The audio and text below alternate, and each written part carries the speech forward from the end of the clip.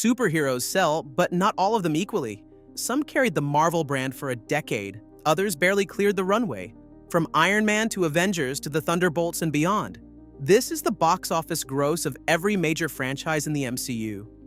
Iron Man came out in 2008. That was 3 presidents, 1 pandemic, and 1 streaming revolution ago. 17 years later, we've seen 36 MCU films, billions in box office, millions of opinions. And yet today, something strange is happening. Marvel is no longer the cultural sure bet it once was. And yet, maybe that's about to change.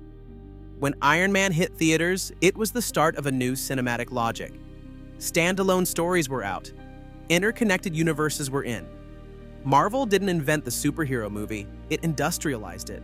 The studio applied long-form storytelling logic to big-budget filmmaking like prestige TV with a $200 million per episode budget.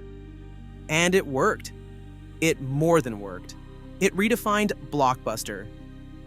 Phase 1 wasn't flawless, but it laid track with confidence. Each film had its own tone, but they shared DNA. And by the time the Avengers dropped in 2012, the MCU was a cultural juggernaut. What really sold it wasn't just the spectacle, it was the promise that all of this meant something. Characters grew, arcs intertwined, and post-credit scenes became social events. Then came Phase 2 and 3. The scale grew. The cast exploded. What started as a bold experiment became a machine. And that machine was efficient. But here's the thing about efficiency. It flattens texture. For a while, Marvel could balance its formula with surprise. Winter Soldier leaned into spy thrillers. Guardians went full space opera. Civil War played like a mini Avengers film with real stakes. But by the time we reached Endgame, the illusion of spontaneity started to crack. The universe wasn't evolving. It was just expanding. When Endgame ended, it felt like a satisfying full stop. Then came Phase 4, and that turned into ellipses. The pandemic disrupted releases, sure, but it also gave audiences time to reflect. Binge fatigue set in. MCU projects now dropped across Disney+, theaters, timelines, and multiverses. Characters came and went. Tonal whiplash was common.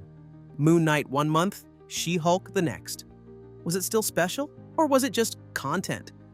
We used to ask, what's next? Now we were asking, do I need to watch all of this to understand the next movie? It felt more like homework than entertainment. Even when Marvel tried to be weird, like with Eternals or Multiverse of Madness, it still felt cautious. Audiences noticed, not just the uneven storytelling, but the growing sense that Marvel had stopped creating from passion and begun producing from obligation. The movies started to feel like products, polished, tested, and made by committee. Behind the scenes, Disney noticed too. After years of nonstop expansion across film and streaming, the signs were clear. Critical scores dipped, fan energy fractured, box office momentum slowed. In response, Marvel not only reshuffled its calendar, but also its priorities. Kevin Feige stayed at the helm, but the structure changed. Victoria Alonso, a longtime producer, exited in 2023. And Disney CEO Bob Iger finally publicly acknowledged that Marvel had become too much, too fast. So the new plan? Quality over quantity. Fewer movies, fewer shows. A leaner, more deliberate slate. Feige no longer oversees everything.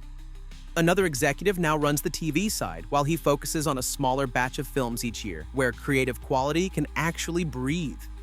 Enter Thunderbolts, the first real product of this shift. On paper, it's not Marvel's biggest swing. No multiverse, no legacy heroes, no massive crossover stakes. But that's exactly why it works. It feels tighter, more focused, less like a launch pad and more like a complete story. It wasn't designed to set up 10 spin-offs or reference 10 other shows. It was built to work as a movie. And it does. Not everything needs to be massive. Not every hero needs to save the timeline. Sometimes it's enough to just tell a good story, with clear stakes, sharp writing, and characters we actually care about. And that's the best way forward. Not just bigger budgets or louder climaxes, but stories that feel like they matter again. Stories with restraint, with identity, with a reason to exist beyond the next title card. Thunderbolts might be the first example of that restraint. Fantastic Four is the next test. An origin story with cultural weight and built-in expectations. And while the upcoming Avengers films are already massive by design, the real question isn't how big they'll be. We already know that. It's whether the rest of the universe, everything between the tentpoles, can still keep us watching. For a closer look at how each individual MCU film performed, check out this video and follow for more.